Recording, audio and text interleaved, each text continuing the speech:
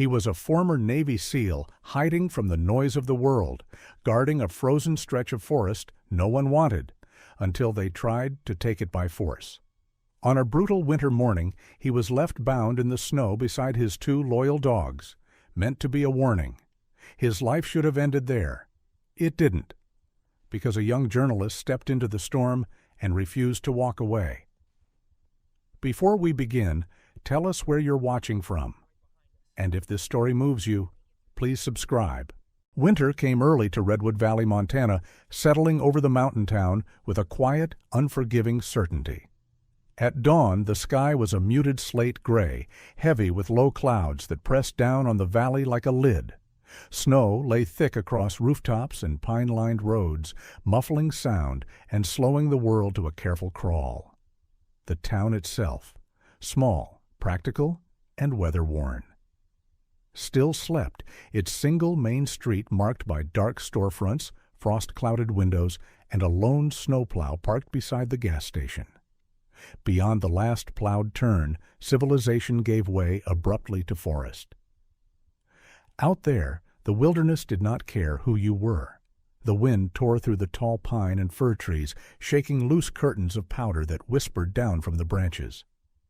Somewhere deep among those trees, in a clearing barely touched by morning light, Eli Mercer knelt in the snow. He was unconscious, but even in that state, he did not look broken. Eli was young, late 20s, with the build of a man forged by years of discipline rather than comfort. His shoulders were broad beneath a heavy winter jacket, now soaked through and stiff with ice. Lean muscle filled out his frame, the kind earned through endless repetition, cold mornings, and bodies pushed past exhaustion. His dark hair, normally kept short and utilitarian, was plastered to his forehead by melting snow. A day's worth of stubble traced his jaw, giving his sharp features a rough edge. There was nothing soft about him, not even now. Thick ropes bound him tightly. Several strands wrapped around his chest and arms, pinning his wrists behind his back. More rope cinched his legs, forcing him into a kneeling position that drove the cold straight through denim and into bone. The knots were deliberate, tight, efficient, and cruel. Whoever had tied them knew how to restrain a grown man properly. A shallow gash at Eli's temple had bled freely before the cold claimed it, the blood frozen into a dark streak against pale skin. On either side of him lay his dogs. Closest was Kodiak, a large German shepherd with a heavy sable and black coat. Even motionless, he looked powerful, built thick through the chest and shoulders, a dog bred for endurance and protection. His legs were bound together with rope, his muzzle resting against the snow. Each breath came shallow and slow, a faint puff of mist in the freezing air. Beside him was Ranger, slightly leaner, his coat darker, his ears usually sharp and expressive. Now they lay flattened against his head. A faint whine slipped from his throat once, weak and broken, before he stilled again. Both dogs were unconscious, their bodies angled instinctively toward their owner, as if even bound and beaten, they refused to leave him exposed. The men who had done this were gone. Their absence was written plainly across the clearing. Heavy boot prints cut deep into the snow, moving away toward the tree line. Tire tracks, wide, aggressive, scarred the edge of the clearing where an SUV had reversed in haste. The tracks were fresh, their edges still sharp, untouched by drifting snow. Whoever they were, they hadn't lingered. They had delivered their message and left the mountain to finish the rest. This had not been random violence. Eli Mercer owned the land surrounding this stretch of forest. Hundreds of rugged acres passed down through his family, untouched by development and fiercely protected. Over the past year, offers had come, then pressure, then thinly veiled threats. Men in clean jackets had spoken about opportunity and progress, about luxury winter lodges and private resorts. Eli had said no every time. He had not expected the answer to come bound in rope and ice. Several miles away, unaware of just how close she was to the edge of something deadly, Maren Holt pushed deeper into the forest. She moved carefully, boots crunching softly through fresh snow, breath fogging in front of her face. Maren was 26, slight in build but stubborn in posture, the kind of woman who looked like she belonged behind a desk until you watched her refuse to turn back. Her chestnut brown hair was pulled into a messy braid that brushed the collar of her winter coat. Her cheeks were flushed red from the cold, and her green eyes flicked constantly between the trees, alert and uneasy. Maren was a freelance investigative journalist from Denver, drawn to Redwood Valley by rumors that didn't quite add up. Locals whispered about land deals pushed through too fast, properties bought under pressure, permits approved without explanation. It wasn't flashy corruption, it was quiet. That made it dangerous and interesting. A camera hung from her neck, the screen cracked in a spiderweb pattern from a fall the day before when she'd slipped on ice near a ravine. It still worked mostly. She had tested it twice that morning. Good enough? She wasn't supposed to be this far out. She'd told herself she would turn back at the next ridge, then the next. The forest swallowed distance easily, and before she realized it, the town felt impossibly far behind her. The wind shifted, carrying a sound that made her stop cold. At first she thought it was an animal, an elk, maybe, or a deer caught in brush. Then she heard it again, a rough, uneven exhale. Human. Her heart began to pound. Maren moved slowly, senses sharpened by fear, following the sound through the trees. The clearing opened suddenly before her, and the sight stole the breath from her lungs. A man kneeling in the snow, bound.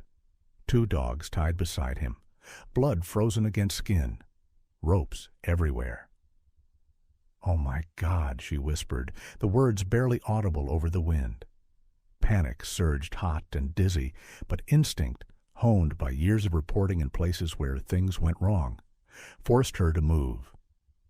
She dropped her pack and knelt beside the man, fingers shaking as she pressed 2 fingers to his neck. A pulse. Weak, but there.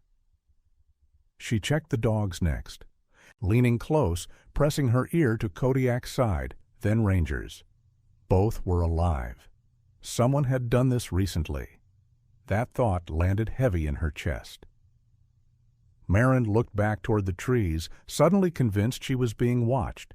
The forest offered nothing but shadow and moving snow. Her phone showed no signal. She was alone. She could leave, run back toward town, get help. She didn't. Working fast despite numb fingers, she pulled a small utility knife from her pack and began sawing through the rope around the man's arms. The fibers were thick, stiff with ice. She couldn't free him completely. Not quickly, but she loosened enough to ease the pressure and restore circulation.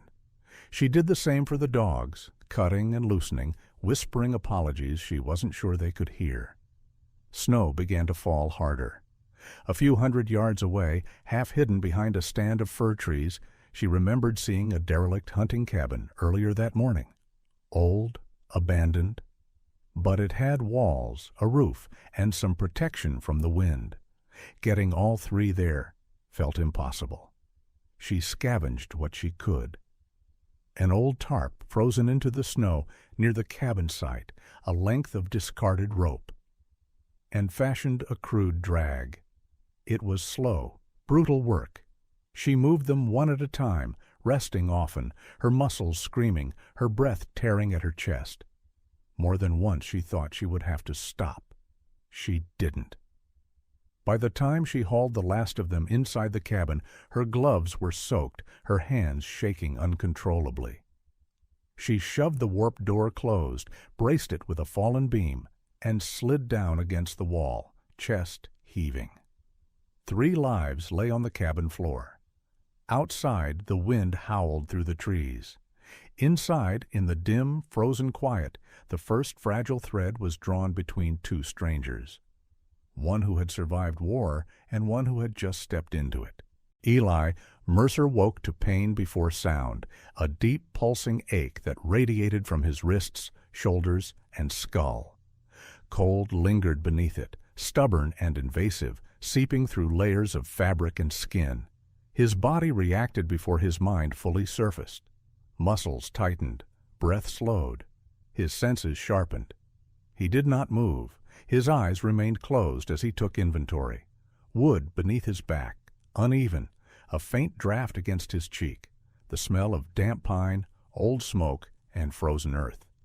No immediate sound of footsteps, no engines, no voices. The air felt still, but not safe. When he finally opened his eyes, he did so a fraction at a time. The cabin was small and crude, its walls made of rough timber darkened by age. A single window was half covered with frost, pale winter light seeping through in dull bands. The door opposite him was reinforced by a fallen beam wedged awkwardly across it. Whoever had done that hadn't been trained, but they had been desperate. Eli's hands twitched, testing range of motion. The ropes were gone. Circulation had returned, though his wrists burned where they'd been bound. He shifted slightly, keeping his movements controlled. Then he saw the dogs. Kodiak lay on the floor a few feet away, stretched on his side, chest rising and falling shallowly. Ranger was curled closer to the wall, his muzzle resting against his forelegs, ears limp. Neither stirred. A flash of anger cut through Eli sharper than the pain. He pushed himself upright in one smooth motion, instantly alert, scanning the room. A woman stood near the far wall, shoulders tense, a flashlight clenched in her gloved hand like a weapon she wasn't sure how to use. She froze when he moved. "You're awake," she said, voice tight but steady. Eli turned toward her, eyes assessing. She was young, mid-20s, bundled in a heavy coat dusted with snow. Her face was pale with exhaustion, but her gaze held firm. Green eyes. Brown hair pulled back in a loose braid. She looked like she hadn't slept, but she hadn't run either. "Where am I?" His voice came out low, rough, controlled. "In a hunting cabin," she answered, "about a quarter-mile from where I found you." "Found you?" Eli swung his legs under him, ignoring the protest from his body, and planted his boots on the floor. His posture shifted. Upright, guarded, balanced. Distance, angles, exit points. "You untied me," he said, not a question. She nodded. "As much as I could. I dragged you here, one by one." His eyes flicked briefly to her hands, reddened, raw, trembling slightly now that the adrenaline had faded. "Why?" he asked. She hesitated only a second. "Because you were going to freeze to death." Silence settled between them, thick and watchful. "My name's Marin," she added after a moment. "Marin Holt. I'm a journalist." That earned her another look, sharper this time. "What were you doing out there?" Eli asked. "Following a lead I shouldn't have. Followed alone," she said.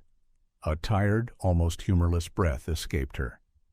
"There have been stories, land deals, people pressured to sell, properties changing hands quietly. I came to Redwood Valley to dig." His jaw tightened at the name forming unspoken between them. "Landon Pike?" he said. Marin's eyebrows lifted a fraction. "You know him." "I've met him," Eli replied flatly. "More than once?" He pushed himself to his feet and crossed the small space to Kodiak, kneeling beside the dog. His hand hovered for a second before settling gently against the shepherd's thick fur. Warm, alive, still. "They poisoned them?" Marin asked quietly. "No," Eli said. "If they wanted them dead, they'd be dead." His fingers traced Kodiak's flank, checking for wounds. "They wanted to make a point." Ranger let out a faint breath, his chest hitching. Eli swallowed the surge of relief and anger that followed. "They came to you because of the land," Marin said. Eli stood slowly. "Pike's been trying to buy it for over a year. Calls at first, then visits, then men who smiled too much and talked about progress. I said no every time." His eyes darkened. Didn't think he'd send people into the woods? Marin shifted, glancing toward the frosted window. They didn't want to be seen. Masks, gloves, professional. That's what worries me, Eli said. This wasn't intimidation by amateurs. He moved to the door and crouched, studying the seams, the snow packed along the threshold. His fingers brushed the latch, the beam bracing it. They could come back, Marin said. They might already be nearby, Eli replied. Her breath caught. I saw tracks earlier, big boots, too large to be mine. He straightened and met her gaze. Where? Behind the cabin, and closer to the trees than they need to be. Eli nodded once. Information filed away. Marin reached into her pack and pulled out her camera, the cracked screen catching the weak light. I took some photos before everything. She grimaced. The screen's damaged, but the files might still be intact. I'll need time to recover them. You should have left, Eli said. She looked at him steadily. So should you. Something shifted between them. Not trust, not yet, but recognition. I can't leave, Eli continued. This land belonged to my father, and his father before him. If I walk away now, Pike wins. Marin swallowed. If you stay, this gets worse. I know. They stood in silence, listening to the wind press against the cabin walls. You saved my life, Eli said finally. And theirs. His gaze dropped briefly to the dogs. That makes you a target now. Marin's shoulders squared, fear flickering briefly before resolve took its place. I didn't come here to run from the truth. Eli studied her for a long moment. Then he nodded. Then we watch each other's backs, he said. Outside, the forest remained still, but its silence felt wrong, too deliberate, too heavy. Inside the cabin, an uneasy alliance took shape, forged not by trust, but by necessity. The pain in Eli Mercer's body dulled to a background hum as the hours passed, replaced by something sharper and more useful. Focus. He moved with care inside the cabin, testing each joint, each breath, gauging what the cold and the beating had taken from him. His strength was still there. Bruised, slowed, but intact. Years of conditioning did not disappear overnight. Outside, the light had shifted. The sky pressed lower, clouds thickening into a dense, restless ceiling. Snow whispered against the cabin walls, soft now, but carrying a promise that felt heavier by the minute. A storm was building. Eli watched the tree line through the frost-laced window, eyes narrowing as the wind changed direction. Weather like this closed options fast.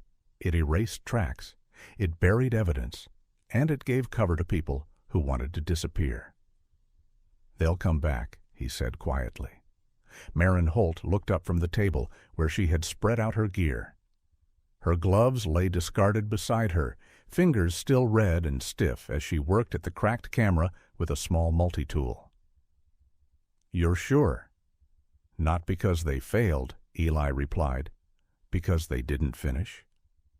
Kodiak shifted on the floor, letting out a low, uneasy sound.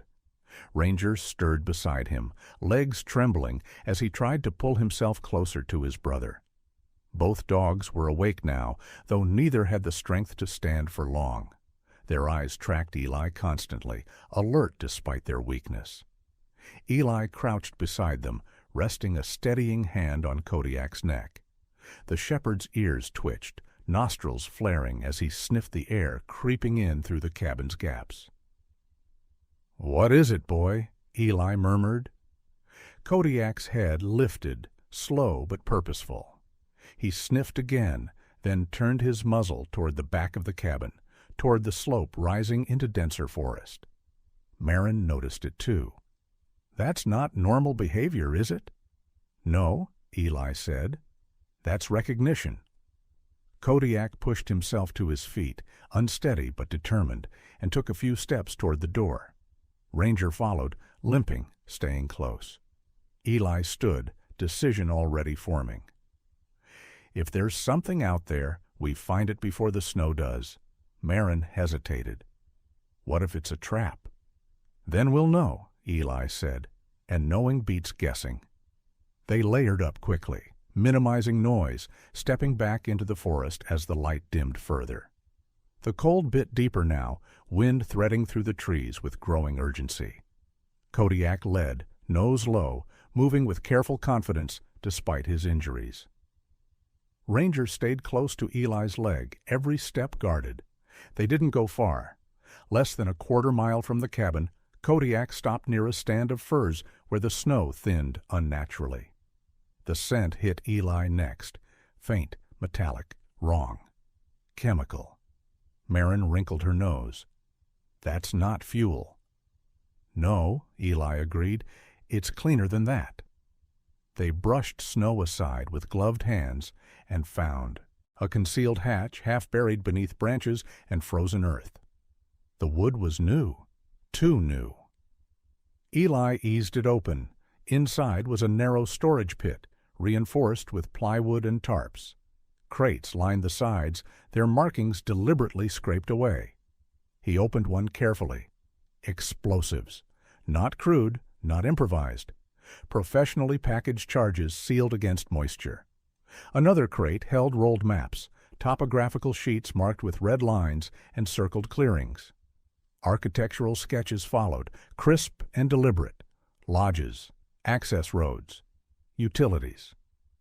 Maren exhaled slowly. This isn't just your land. Eli shook his head. It's a network. The scope of it settled in like a weight. Multiple properties, remote sites, coordinated development hidden behind shell purchases and intimidation. This was bigger than a single holdout refusing to sell. Snow began to fall harder, thick flakes swirling sideways now. We don't have long, Eli said. This storm will wipe everything. Maren nodded, then reached for her camera again, fingers flying despite the cold. Then we document everything we can. She powered it on, screen flickering before stabilizing. Relief crossed her face. Files are still there. They crouched together as she scrolled through images captured days earlier. Blurry shots of access roads, distant figures near property lines. Then one image sharpened enough to draw breath. A dark SUV parked near Eli's land, plates obscured by snow, the driver half visible through the windshield. Maren froze. I know him, she said. Eli looked at her. From where? Last winter, she said quietly. A wildfire investigation near Bitterroot Ridge. I was asking questions about controlled burns and illegal land clearing. A man approached me. Tall, broad-shouldered, scar along his jaw. He told me to stop digging. She zoomed in on the image, jaw tightening. That's him. A chill unrelated to the cold crawled up Eli's spine. So this isn't contained to Redwood Valley. No, Maren said. It's systemic. Behind them, Kodiak let out a low growl. Not toward the pit, but toward the forest beyond. Ranger stiffened, ears pricked. Eli straightened instantly, scanning the trees. Nothing moved, but the silence had changed, the kind that pressed too close. We go, he said. Now. They covered the hatch carefully, erasing signs of disturbance as best they could. Snow was already doing its part, swallowing their footprints almost as soon as they made them. By the time they reached the cabin, the storm was no longer whispering. It was arriving. Inside, the dogs collapsed onto their bedding, exhausted but alive. Eli secured the door again, reinforcing it further as the wind rose to a howl. Maren sank onto the bench, clutching the camera to her chest. This isn't a story anymore. Eli met her gaze. It never was. Outside, the mountains disappeared behind curtains of white. Somewhere, beyond that, people were moving pieces into place, and the cracks in the snow were beginning to widen. The storm thickened into a living thing by the time they reached Valley Creek. Snow drove sideways through the narrow corridor of trees, the wind screaming down the ravine and shredding sound into fragments. Visibility shrank to shapes and motion, a world reduced to white sheets and dark trunks. Eli felt the terrain under his boots more than he saw it. Ice-slick rock near the water, soft drifts where the creek curved, the subtle rise that offered cover, and the hollow that swallowed noise. Kodiak lifted his head and froze. Ranger mirrored him a heartbeat later. Eli raised a fist. Marin stopped instantly, breath hitching, her camera already up, despite the cold gnawing at her fingers. They weren't alone. The first shot cracked the air from uphill, high, probing, meant to flush prey. Eli dropped low, pulling Marin with him into the lee of a fallen cedar. Snow puffed where the round bit. He counted the echoes, gauged distance, and exhaled once. "They followed our backtrack," he said, voice steady. "Stay here. Do not move unless I pull you." Marin nodded, fear tight in her eyes, resolve tighter.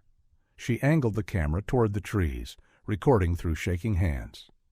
Eli slid away, ghosting downslope until the creek masked his movement. He set his first trap where the snow looked untouched, but hid a shallow cut. Branches layered thin, a bootbreaker waiting. Another he placed near a bend where sound bounced and lied. He didn't rush. Rushing killed. More shots. Closer now. 3 shooters by the cadence, maybe 4. They were spreading, trying to box him in. He answered with 1 shot. Controlled. Precise. Snapping bark inches above a man's head. The return fire came fast and wild. Eli smiled without humor. Fear made noise. He shifted again, using the wind. A thrown rock clattered left. His steps went right. A man barreled into the first trap and went down hard, a curse tearing loose as his rifle skidded. Eli was on him in a blink, wrenching the weapon free and shoving the man into the snow. Zip ties bit into wrists. The man fought, then saw Eli's eyes and stopped. "Quiet," Eli said, "or you bleed." The others hesitated. The storm surged, howling louder, swallowing angles and intention. Another shot snapped past Eli's shoulder. He ducked and fired back, not to hit, but to herd. The men fell into a poor line, each afraid to be the one exposed. Behind the cedar, Marin filmed as a shadow slipped through the trees toward her blind side.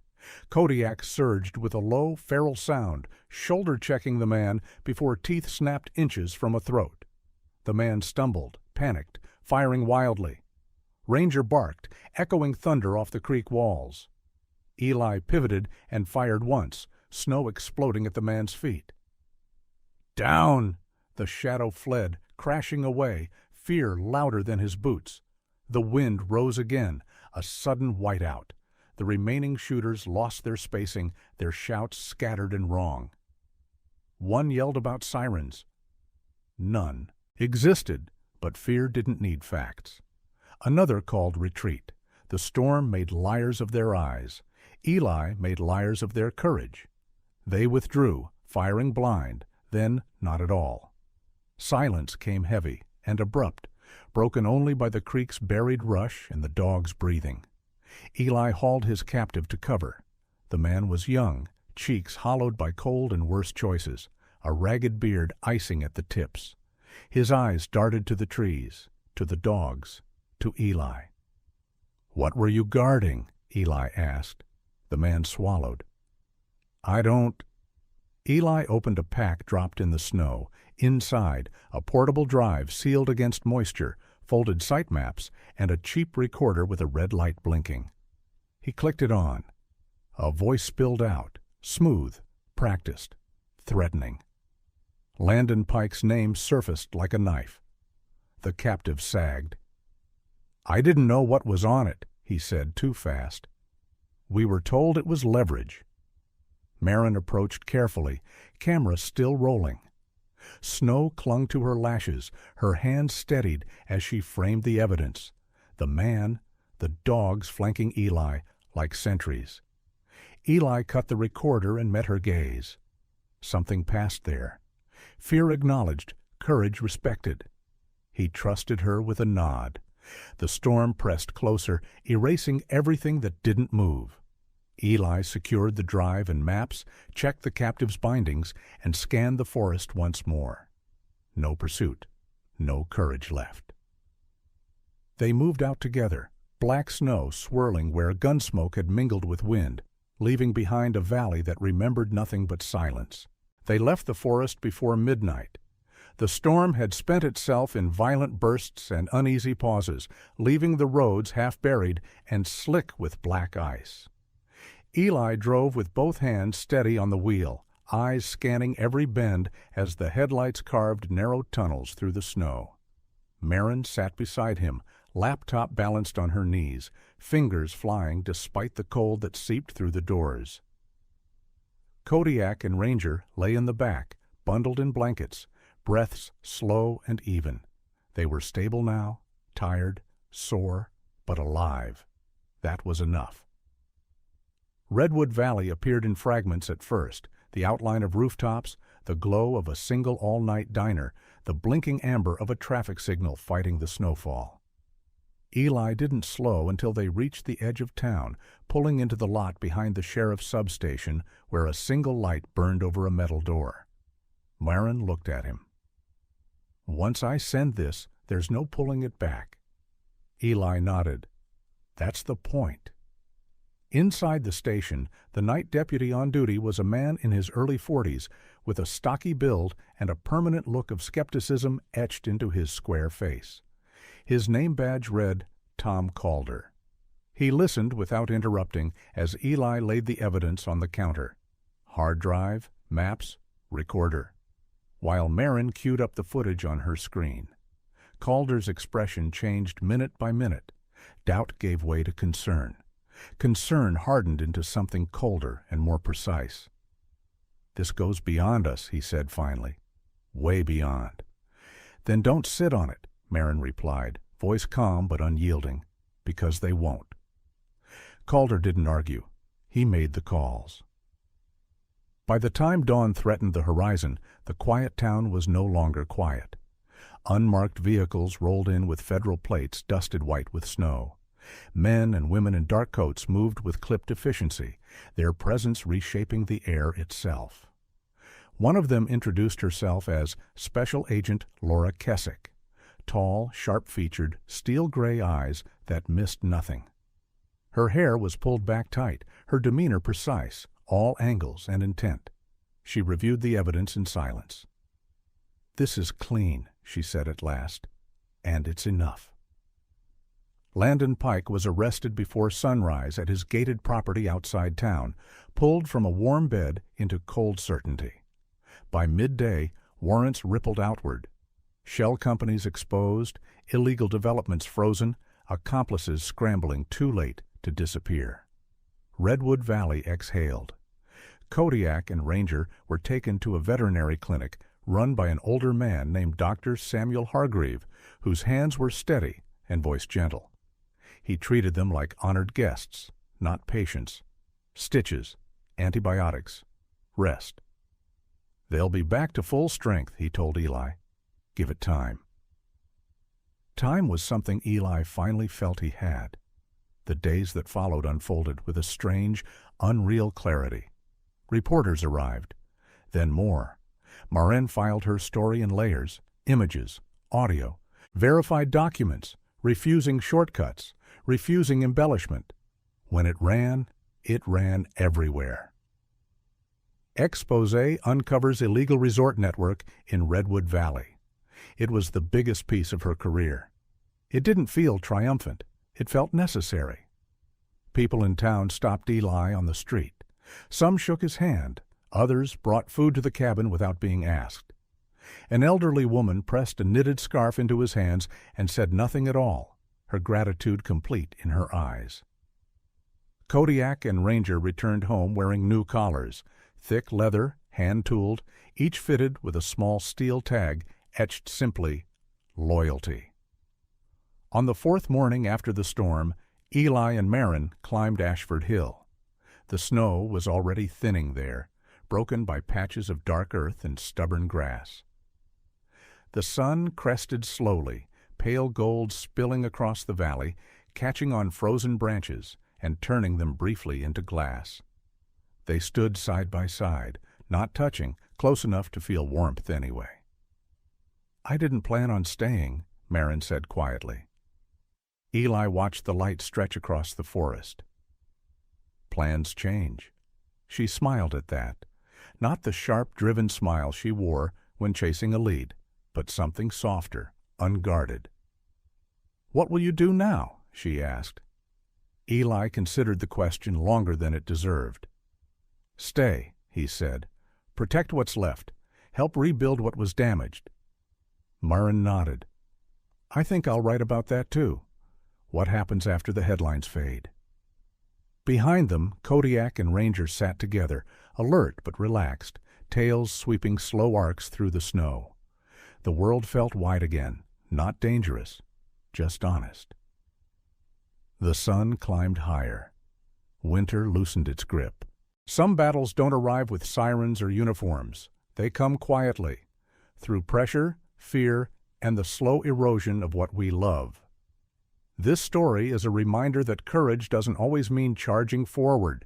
Sometimes it means standing still, refusing to give up your ground, your values, or the people beside you.